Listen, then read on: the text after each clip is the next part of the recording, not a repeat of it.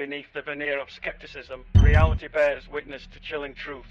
In the haunting corridors of history, where shadows dance with undeniable evidence, remember this, the stories are true. Prepare for a revelation.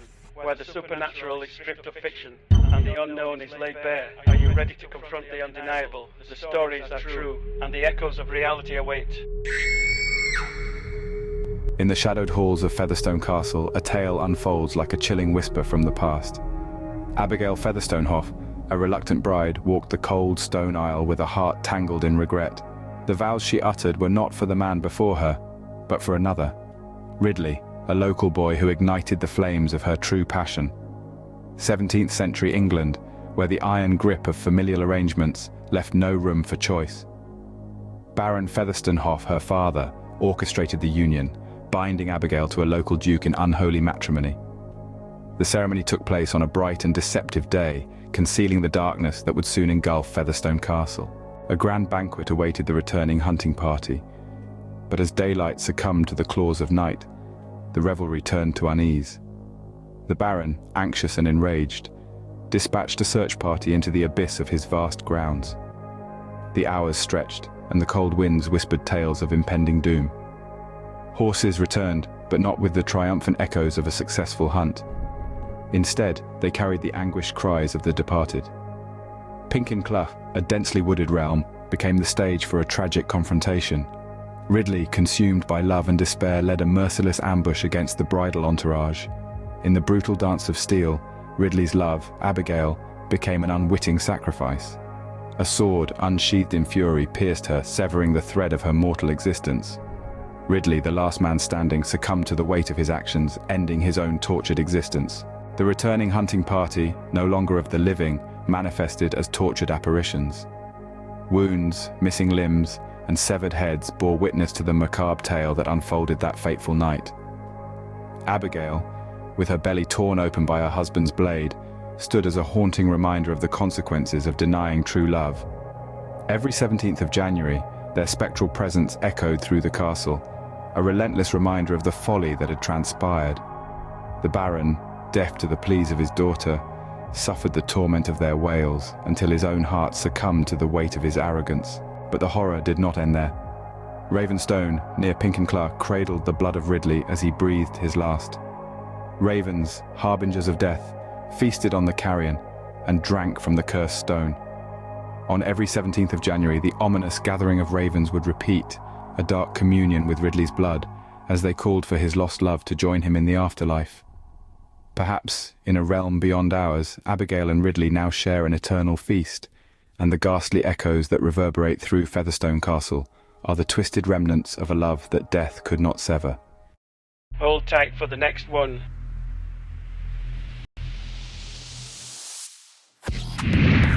Alright, buckle up for this wild ride because this story is a rollercoaster of ghostly shenanigans. So, legend has it, in some mysterious place, could be Arkansas, Aberdeen, or even in your backyard, who really knows, a dad was just trying to enjoy some quality TV time. Now, his kid, the 6-year-old Ghostbuster in training, starts freaking out every night, yelling, "Daddy, there's a ghost. I mean, come on, ghosts, monsters, it's like a horror movie marathon in a house."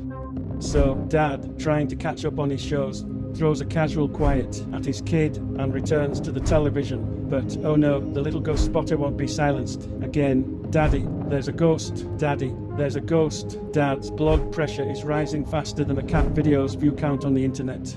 Finally, Dad decides he's had enough and storms into the room. Lo and behold, the kid's got the sheets pulled up over her head, still hollering, "Daddy, there's a ghost. Daddy, there's a ghost." Dad, thinking he's Sherlock Holmes, goes, "All right, where's this ghost?" And the kid drops the bomb. "Under the bed, Daddy, under the bed." So, being the brave dad he is, he peeks under the bed, and what does he find? His daughter. Yeah, his own flesh and blood is hiding down there, looking at she's like she's seen a ghost. But wait for it, the kid hits him with, "Daddy, Daddy, there's a ghost on top of the bed." Cue the laugh track. Turns out, the real ghost was a master of hide and seek, pulling off a bedsheet ghost trick. Classic move, kid, classic move. And that, my friend, is how you turn a spooky story into a comedy goldmine. Hold tight for the next one.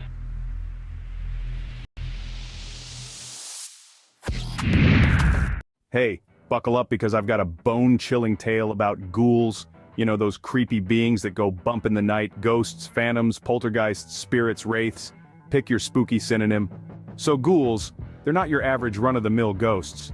The name itself comes from the Arabic word gul, meaning to seize. And boy, do these creatures take the whole seizing thing seriously. They're not just into haunting, they're also big on devouring. According to Arabic folklore, ghouls love to hang out in cemeteries, feasting on both corpses and mourners. But wait, there's more. They've got a thing for desert areas too, where they lure unsuspecting victims into the wild and make a meal out of them. Kids seem to be their favorite dish, chilling, right? What's even more unnerving is that these ghouls can shapeshift. Imagine this.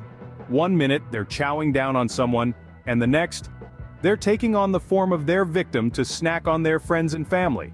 So, if your buddy wanders off in the desert and doesn't show up for a while, you might want to think twice before throwing a welcome back party. Just saying. But hold on, it gets spookier. There's this legendary ghoul, Mother Ghoul. She's like the VIP of the ghoul world, showing up in one too many horror stories to be just a figment of imagination.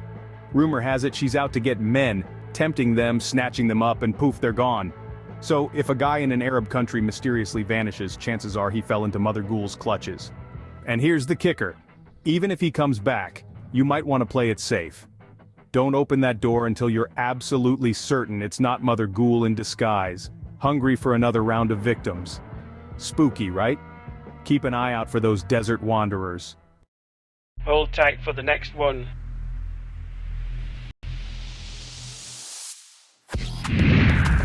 Hey, buckle up for the craziest story ever. We're diving into the wild ride of William and Elizabeth Wilson, the dynamic duo of drama. So Will races into Hangman's Lot, waving a pardon like it's a winning lottery ticket. But hold your horses, it's too late. Sis Elizabeth already did the necktie tango. And get this, it's his second horse because the first one pulled a Houdini in the icy Squealkill River. Thanks, ferryman, for the aquatic adventure. Poor Will's sis is hanging like a sad piñata and he's all, a pardon? But let's not kid ourselves. The tragic tale of the Wilson siblings is just getting started. Flashback to 1768, Will's 16, an apprentice stonecutter, and bails to Lancaster, leaving Liz behind. She takes a detour to a Philly tavern, has a fling, and voila, pregnant with twins. Talk about a double feature. Fast forward to 1774, Liz leaves to confront the baby daddy, and when she returns the twins are MIA. Found them a week later, buried in the woods. Cue the murder charges, trial, and a hanging date. Drama level, soap opera. Liz swears she's innocent, blaming the baby daddy. Will, the hero, rushes back from Lancaster trying to prove her innocence. Benjamin Franklin, yes, that Franklin sets the execution date. Will falls sick, loses track of time, and oops, he's late to the party. But wait, Franklin's deputy Charles Biddle hands him a note saying, "Hold up, don't hang Will just yet." Will races back on his horse, but guess what? The ferryman drama strikes again. Seriously, these ferry guys are the real villains here. Will's now a wreck, throws himself in the mud, holding Liz, and bam, he's a gibberish-speaking white-haired mess. He roams the wild west of Pennsylvania, becomes the Pennsylvania Hermit, caves up with a Bible and some pots, and locals can't stop staring at him. Talk about a fashion statement with that Gandalf beard. In 1821, Will kicks the bucket, but hold your ghost hunting gear. Now he's haunting Hangman's Lot, yelling, "Pardon, pardon!" Oh, and a sighting supposedly predicts doom and someone wrongly accused. Spooky, right? But there's more. Some folks swear they've seen him in his cave, playing ghostly host to Liz and the twins. Talk about a supernatural family reunion. And there you have it, my friend, the Netflix-worthy saga of the Wilsons, where drama and ghosts go hand in spectral hand. Life's crazier than fiction, huh? Hold tight for the next one.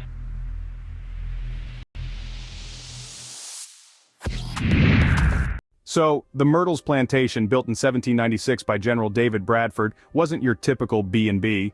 General Bradford was basically on the lam from the US government after some whiskey rebellion drama. Fast forward through a carousel of owners, each throwing in their 2 cents of unique flair to the place, until the 1950s when the Myrtles decided to join the paranormal party. Now let's talk about Chloe, the star of the Ghostly show. Rumor has it she did a not-so-friendly favor for the plantation owner's wife and kids in the 1800s, involving a dash of poison. Chloe, poor soul, got caught, hanged, and now she's the VIP ghost of the Myrtles. Guests and staff have sworn they've seen her ghost doing a midnight stroll on the grounds. Some even claim she's got a habit of bedside haunting like, who needs an alarm clock when Chloe's standing at the foot of your bed, right? And then, there's the whistling ghost, a former slave-turned-spirit who met an untimely end on the plantation. Guests have reported a haunting melody echoing through the halls, even when there's nobody there. Cue the eerie whistling soundtrack.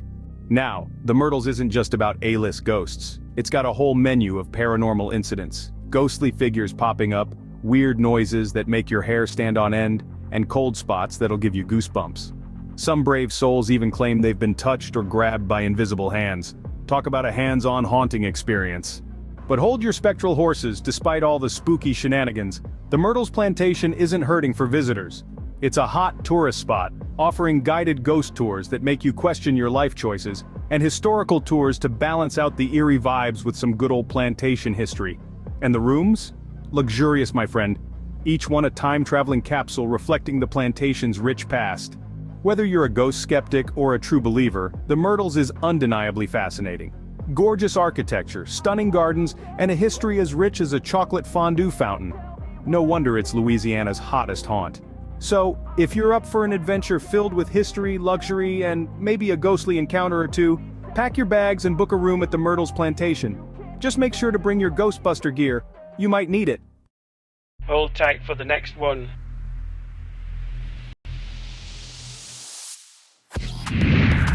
So picture this, the Grand Pittock Mansion, standing tall amidst the lush greenery, like the fanciest house party thrown by Mother Nature herself. Now this place wasn't just some run-of-the-mill abode, it was Henry Pittock's way of saying, I'm an Oregonian publisher and I need a house that screams, look at me, I'm fancy.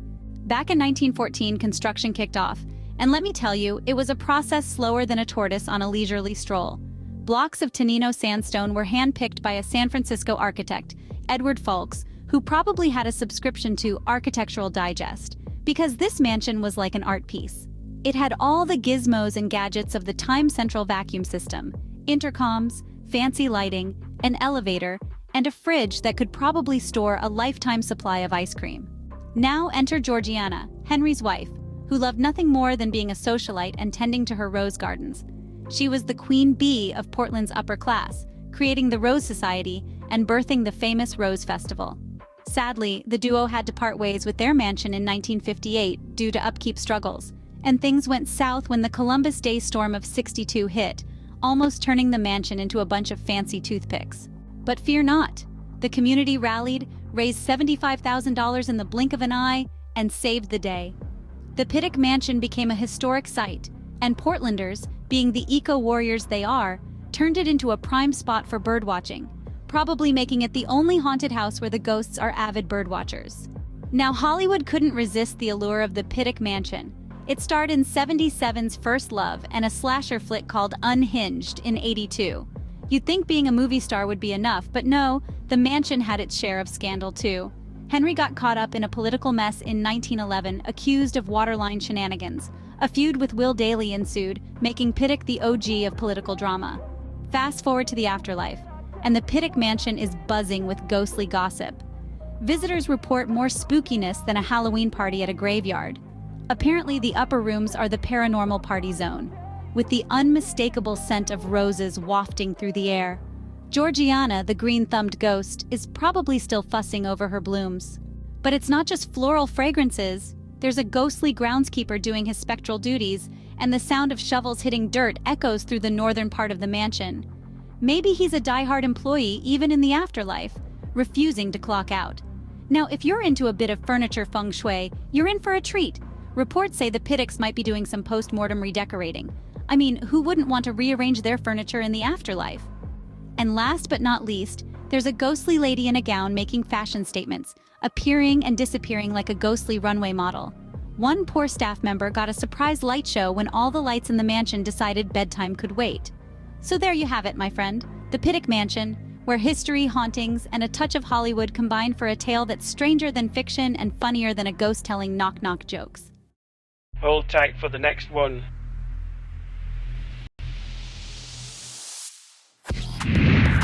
Alright, buckle up for this spooky yet oddly hilarious tale from the archives of the paranormal. So imagine my buddy here, sharing this wild family story with a side of chills and giggles.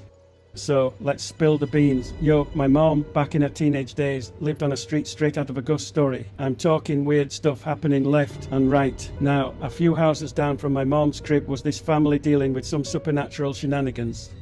One night, tragedy struck when the daughter kicked the bucket from an aneurysm after a wicked headache. Fast forward to the funeral, and the grieving family needed a break, so they bailed to clear their heads. Enter my uncle, the designated pet sitter, with my mom and dad in tow. Mom heard there was a grand piano in the haunted mansion, and she was all about that musical life. Dad, on the other hand, was in vet school mode.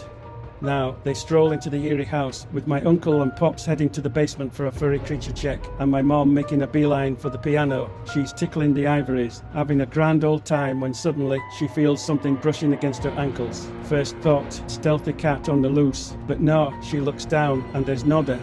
So she resumes her piano serenade, and bam, the mysterious ankle grabber is back, this time with a tight grip. She's not about to play footsie with Casper, though. Panicked, she bolts to the basement, hollers for my uncle and dad, and plays the waiting game outside. My uncle, being the savvy dude he is, sees my mom's freaked out face and demands the scoop. She spills the beans about the invisible ankle assailant, and you won't believe what he says. Turns out, the deceased daughter used to play a game with her pops. When he jammed on the piano, she'd crawl underneath, grab his ankles, and turn it into some ghostly foot pedal action. Now, if that isn't a supernatural game of peekaboo, I don't know what is. Life lesson. Never trust a grand piano in a haunted house unless you're ready for a spectral duet with an invisible pianist. Hold tight for the next one.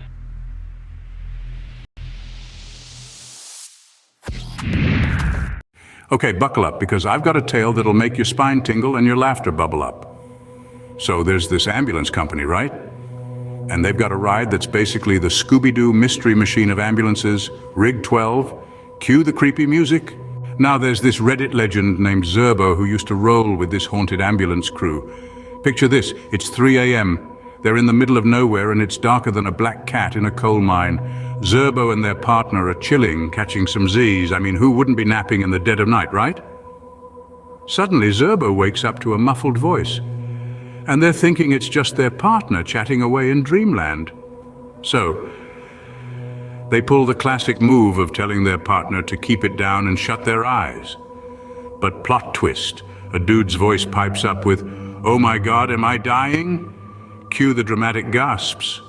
Now imagine the scene, two EMTs, wide-eyed, staring into the abyss of the patient compartment. They probably looked at each other like, "Did you hear that?" But it gets better. A few seconds of heavy breathing follow, and Zerbo and their partner are on high alert, ready for a ghostly showdown. Then there's this ominous click of an oxygen bottle regulator, and a hiss like something's leaking. Lights on, panic mode activated. They bolt out of the rig faster than you can say Ghostbusters. I bet they were thinking some ghostly transient hitched a ride, right? So they swing open the back doors, Scooby-Doo style, but nope, nada, zilch ghost town. Hold tight for the next one.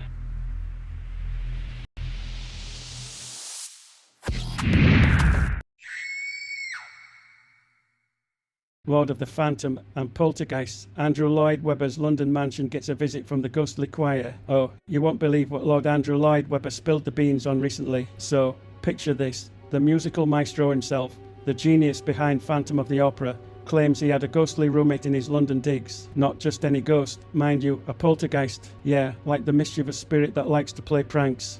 So, here's the scoop. Lord Lloyd Webber spilled the theatrical tea about how this cheeky poltergeist of his would sneakily move theatre scripts around, like some kind of ghostly intern on a caffeine high. Imagine finding your Phantom of the Opera sheet music neatly stacked in some random, hidden room. Cue the spooky music. Now, hold on to your seat. Lord Lloyd Webber didn't just roll with the ghostly shenanigans. Oh no, he took action. When the script-munching spirit antics got too much, he pulled a classic move and dialed up a priest to exorcise the mischievous phantom. Yes, a real-life priest, not just a character from one of his musicals. And, you know what? It worked. The poltergeist packed its ghostly bags and bid farewell. Like, who knew that ghosts were so susceptible to a priestly intervention? Lord Lloyd Webber, apparently. For those not in the know, a poltergeist isn't your run-of-the-mill Casper-style ghost. Nope. These guys are like the rock stars of the ghost world, moving stuff, making noise, and maybe even throwing a pinch or two. Ghosts with attitude, if you will. In the end, Lord Lloyd Webber may not have seen a ghost, but he sure had his share of ghostly drama, and if you thought his musicals were full of theatrics, well, it seems like his real-life London home was giving the West End a run for its money. But hey, isn't it comforting to know that even musical legends have to deal with ghostly roommates from time to time? I can just imagine the poltergeist critiquing the sheet music, not enough haunting melodies. Andrew, talk about a ghost with high musical standards.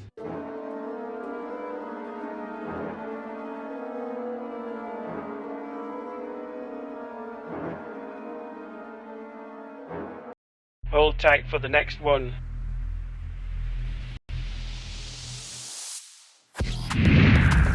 Alright, buckle up for this wild tale from Salem. So, you know Salem, right? Witch trials and all that jazz. But hold on to your broomsticks because there's more to this place than just witches. Meet Captain Joseph White. This dude was living large, a wealthy merchant in Salem. But guess what? One day, bam, found dead in his bed, bludgeoned to bits. And get this, it wasn't some random act of violence. It was a good old-fashioned cash grab.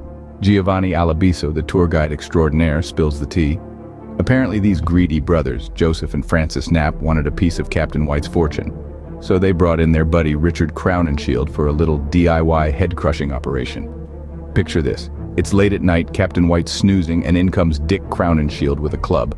Whack! Skull crushed. Edgar Allan Poe could have written a poem about it, but he settled for the telltale heart. Now this murder isn't just your run-of-the-mill crime. It's a full-blown scandal. It even inspired the game Clue. But wait, there's more. The spirit of Captain White is apparently still hanging around his old crib, making it the ghostly Airbnb of Salem. People think he's safeguarding some treasure he left behind. Tourists snap pics of the house and surprise, spooky shadows in the windows and on the landing. Who are they? No clue. But according to Alabiso, that place is popping with ghostly activity. So next time you're in Salem, keep an eye out for Captain White's spirit. He's the OG guardian of the treasure, and his ghostly posse is on the guest list for the ultimate haunted house party. Thanks for joining us on this eerie adventure. If you enjoyed the chills, don't forget to subscribe.